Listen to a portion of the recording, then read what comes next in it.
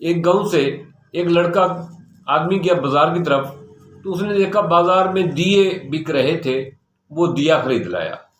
جب وہ دیا خرید لایا ساتھ اس کے تیل بھی خرید لایا، تو گاؤں والوں نے رات کو اس نے اپنے گھر میں دیا روشن کیا، تو گاؤں والے سارے اس کی روشنی دیکھ کر اس کے گھر آ گئے کہ یہ کیا چیز ہے، کہاں سے لائے ہو، یہ کیسے چلتی ہے؟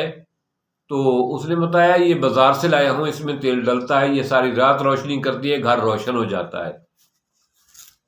گاؤں والے واپس چلے گئے، وہ آپس میں باتیں کرنے لگے کہ اس نے نیا کام کر دیا، ہمارے گاؤں میں جو ہے نا ایک نئی بات کا شوشہ چھوڑ دیا، نیا کام کر دیا ہے، پتہ نہیں اس سے کیا ہوگا، پتہ نہیں کتنا نقصان ہوگا۔ گاؤں والوں نے سوچا کہ ہمیں بھی اپنے گھر روشن کرنے چاہیے۔ اس کی گاؤں کی آبادی تقریباً کوئی 200 کے قریب تھی۔ ان کے لیے دو راستے تھے، یا تو وہ 200 لوگ بازار جا کر وہ دیے خرید لاتے، تیل خرید لاتے اور اپنے گھروں میں روشنی کرتے۔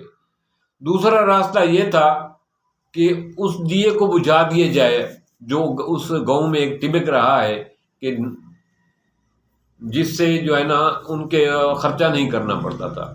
ان کے لیے 200 آدمیوں کے لیے اپنا اپنا دیا خریدنا مشکل تھا۔ انہوں نے مل کے یہ سوچا کہ اسی دیے کو ہی توڑ دیتے ہیں، بجھا دیتے ہیں اور اس کی پھینٹی لگاتے ہیں، دوبارہ کوئی دیا گاؤں میں نہ جلائے۔ لوگ بھی آپ کے ساتھ یہی کچھ کرتے ہیں۔ جب وہ آپ کچھ نیا لے کر کام کرتے ہیں، جس طرح آج کل آن لائن کا بزنس ہے، آن لائن پہ ورک ہے، فری لانسنگ ہے، گرافک ہے، ویب کا کام ہے، شاپیفائی ہے، امیزون ہے، آرٹیکل رائٹنگ ہے، اس سے نوجوان آج کے بہت اچھا کما رہے ہیں، بہت اچھا کما رہے ہیں۔ جب وہ لوگ جنہوں نے اپنی پوری زندگی جاب پہ اور سٹڈی پہ لگا دی ہے، وہ کہتے ہیں 50 سال ہو گئے ہماری سروس کو، ہم تو ابھی 50,000 لیتے ہیں، یہ کل کا لونڈا اس کو ابھی 18 سال ہوئے ہیں، یہ 80,000 مہینہ کما رہا ہے۔ اس کے لیے وہ 50,000 کو 80 میں تبدیل کرنا تو مشکل ہے، لیکن اس 50 والے کو ضائع کرنا اس کے لیے بہت آسان ہے۔ وہ اس کو کہتا ہے فراڈ ہے، یہ جھوٹ ہے، آپ نے کیسے کما لیا؟ وہ اس کو ہر ممکن طریقے سے کریٹیسائز کرتا ہے، ہر ممکن طریقے سے تنقید کرتا ہے، ہر ممکن طریقے سے اس کا حوصلہ شکنی کرتا ہے۔ آپ کی سامنے ایک اور دلچسپ مثال دوں۔ حضرت عیسیٰ علیہ السلام کو سولی پہ لٹکا دیا اس دور کے لوگوں نے، جنہوں نے حضرت عیسیٰ علیہ السلام پہ پرچہ کیا تھا، عدالت میں گئے تھے۔ وہ ان پڑھ نہیں تھے، پڑھے لکھے تھے، اور جس جج نے حضرت عیسیٰ کو یہ سزا سنائی وہ بھی کوئی ان پڑھ نہیں تھا، پڑھا لکھا تھا۔ جن لوگوں نے پکڑ کے حضرت عیسیٰ کو سولی پہ لٹکانے کی کوشش کی وہ ان پڑھ نہیں تھے، پڑھے لکھے تھے، لیکن ان کی مجبوری کیا تھی؟ جب وہ سب کچھ جانتے تھے کہ یہ سچا ہے، ان کی مجبوری یہ تھی کہ ان کے علم کے مقابلے میں حضرت عیسیٰ کا علم، حضرت عیسیٰ کی نالج، حضرت عیسیٰ کی مقبولیت بہت زیادہ بڑھ رہی تھی۔ وہ ان کے سامنے بونے نظر آ رہے تھے، ان کا علم، ان کی شخصیت، ان کی سرداری۔ انہوں نے سوچا بجائے اس کے کہ ہم اپنے آپ کو بڑھائیں، اسی کو ہی ختم کر دو۔ یہی ہوا ہمارے پیارے رسول صلی اللہ علیہ وسلم کے ساتھ۔ جب پاک پیغمبر نے نبوت کا اعلان کیا تو مکے کے سرداروں نے کے لیے یہ بہت بڑا طوفان ثابت ہوا۔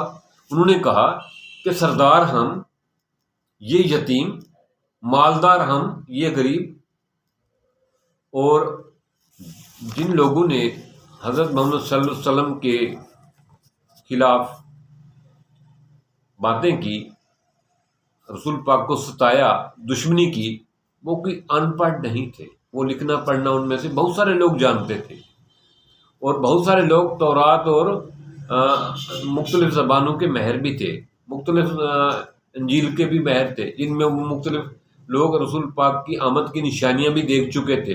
وہ جانتے تھے یہ سچا، صادق اور امین ہے۔ اس کی گواہی نجاشی کے دربار میں انہی لوگوں نے دی۔ رسول کی پیٹھ پیچھے وہی لوگ کہتے تھے کہ یہ سچا ہے، صادق ہے۔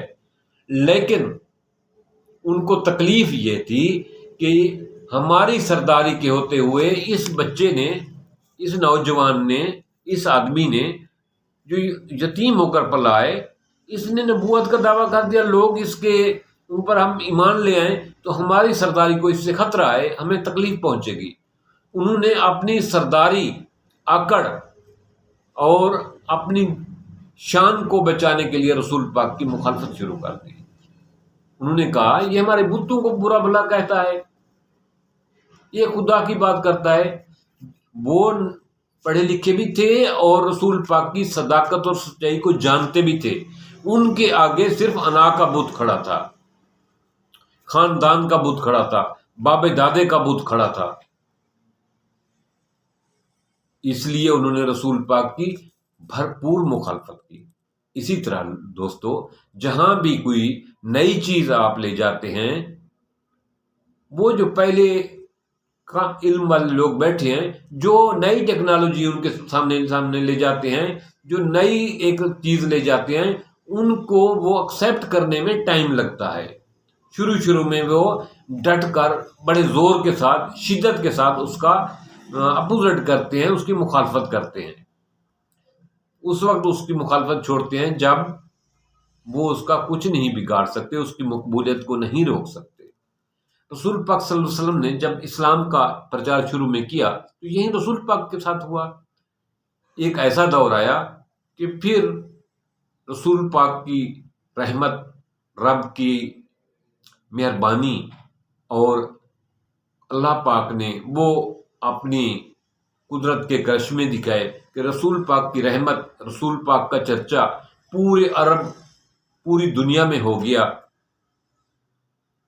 یہی آج کی ٹیکنالوجی کا ہے۔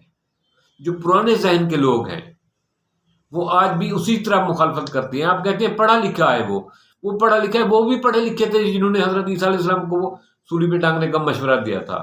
وہ ان پڑھ نہیں تھے، وہ جانتے تھے یہ سچا ہے۔ اسی طرح آج لوگ جو آپ کی مخالفت کر رہے ہیں وہ بھی جانتے ہیں یہ چیز سچی ہے، لیکن ان کو تکلیف یہ ہے کہ یہ کل کا لونڈا اتنی ترقی کیوں کر رہا ہے، ہماری اتنی تعلیم، ہم نے اتنی عمر گزاری، کچھ نہیں کیا، یہ کیسے گاڑی لے لی ہے اس نے، یہ اتنے پیسے کیسے کما رہا ہے۔ دوستو، آپ ان لوگوں کی کرٹیسائی کی طرف نہ دیکھیں، اپنے مشن کو پاک رکھیں، اپنے کام کے ساتھ مخلص ہوں، اپنے کام پہ فوکس کریں۔ یہ جو اپوز کر رہے ہیں آپ کو، یہ جو آپ کو کرٹیسائی کر رہے ہیں، یہ حقیقت میں آپ کو آگے بڑھنے کے لیے پش کر رہے ہیں، آگے بڑھنے کے لیے حوصلہ دے رہے ہیں۔ آپ انہی چیزوں سے فائدہ اٹھائیں، انہی چیزوں سے فائدہ اٹھائیں اور اپنے کام کو، اپنے مشن کو جاری رکھیں۔ آپ پاکستان کی ترقی کے لیے، اپنے خاندان کی ترقی کے لیے، اپنی ذات کی ترقی کے لیے خوب محنت کریں، جدید ٹیکنالوجی کو اپنائیں، جدید ٹیکنالوجی سیکھیں اور خوب پیسے کمائیں، اور اپنے ارد گرد کے نوجوانوں کو، اگر آپ کامیاب ہو رہے ہیں تو ان کو بھی کامیاب ہونے میں سپورٹ کریں۔ اکیلا کامیابی کوئی کامیابی نہیں ہے۔ جب آپ اکیلے کامیاب ہوتے ہیں تو وہ کامیابی نہ ہونے کے برابر ہوتی ہے۔ جب آپ کامیاب ہو گئے ہیں تو اپنے فیلڈ، جس فیلڈ میں بھی آپ اپنے آپ کو کامیاب سمجھتے ہیں، تو اپنے ارد گرد کے لوگوں کو، اپنے ملنے جلنے والوں کو، اپنے محلے کے لوگوں کو، اپنے شہر کے لوگوں کو وہ نالج، وہ سکل بانٹیں تاکہ وہ بھی دنیا میں ترقی کریں اور ان کے گھر میں بھی چینج آئے۔ معاشرہ خوشحال، آپ خوشحال ہوں گے، آپ کا گھر خوشحال ہوگا، آپ کا گھر خوشحال ہوگا تو آپ کا خاندان خوشحال ہوگا، خاندان خوشحال ہوگا تو آپ کا بستی، شہر، پاکستان خوشحال ہوگا۔ آئیے مل کر پاکستان کی خوشحالی میں، پاکستان کی ترقی میں اپنا حصہ ڈالیں۔ آپ کہتے ہیں ہم کیا کر سکتے ہیں؟ یار، ہم کوشش کر کے اگر ایک آدمی کو برسر روزگار، ایک آدمی کو آمدنی کا ذریعہ، ایک آدمی کو رزق کے سورس پرووائڈ کر سکتے ہیں، ایک آدمی کو کچھ گھر اپنے کو سپورٹ کرنے کی ٹریننگ دے سکتے ہیں، تو یہی کافی ہے۔ ایک تو کر دیں گے ہم، وہ 2 کر دے گا. آپ یہی کوشش شروع کریں، ضرب دینا شروع کریں.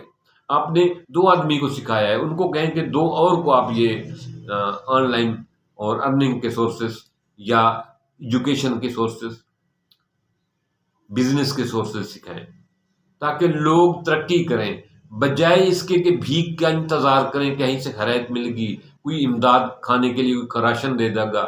اس کی نہیں، ان بازو سے خود کمانا سیکھیں، اپنے نالج کو استعمال کریں. جدید دور کے اس چھوٹے سے موبائل پہ خواہ مخواہ فیس بک، واٹس ایپ، ٹک ٹاک پہ ٹائم ویسٹ کرنے کے بجائے اسی کو استعمال کریں، اس سے فائدہ اٹھائیں اور اس کو پروڈکٹیو بنائیں.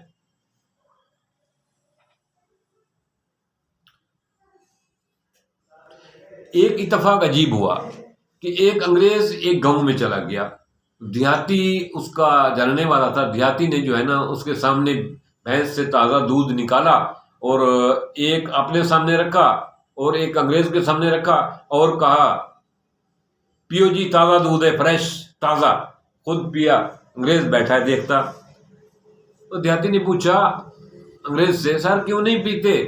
وہ کہتا ہے بہت بڑا مسئلہ ہے میرے لیے، مجھے ایک مسئلے کی سمجھ نہیں آ رہی. انہوں نے پوچھا کیا مسئلہ ہے؟ کہتا ہے یہ بات سمجھ نہیں آ رہی، بھینس کو آپ نے چارہ ڈالا تھا سبز رنگ کا، میں دیکھ رہا تھا، بھینس نے سبز رنگ کا چارہ کھایا، بھینس کالے رنگ کی ہے، دودھ جو دیا ہے یہ سفید ہے، کیسے ہو گیا؟ کچھ لوگ اس نظریے کے ہوتے ہیں جن کا علاج آپ کے پاس نہیں ہے. آپ اپنے کام پہ فوکس کریں اور کوشش کریں زیادہ سے زیادہ لوگوں کو علم کی طرف راغب کریں. سمارٹ ورک، ٹیکنالوجی، جو آن لائن ارننگ کے سورس ہیں، فری لانسنگ ہے، گرافک ہے، اس کے بارے میں گائیڈ کریں اور لوگوں کو رزق کی حلال کمانے کی طرف لائیں. باقی ان لوگوں کو اللہ پاک کی ہدایت دے گا، ہم صرف بات کہہ ہی سکتے ہیں. تھینکس. ملتے ہیں ایک نئے ٹاپک.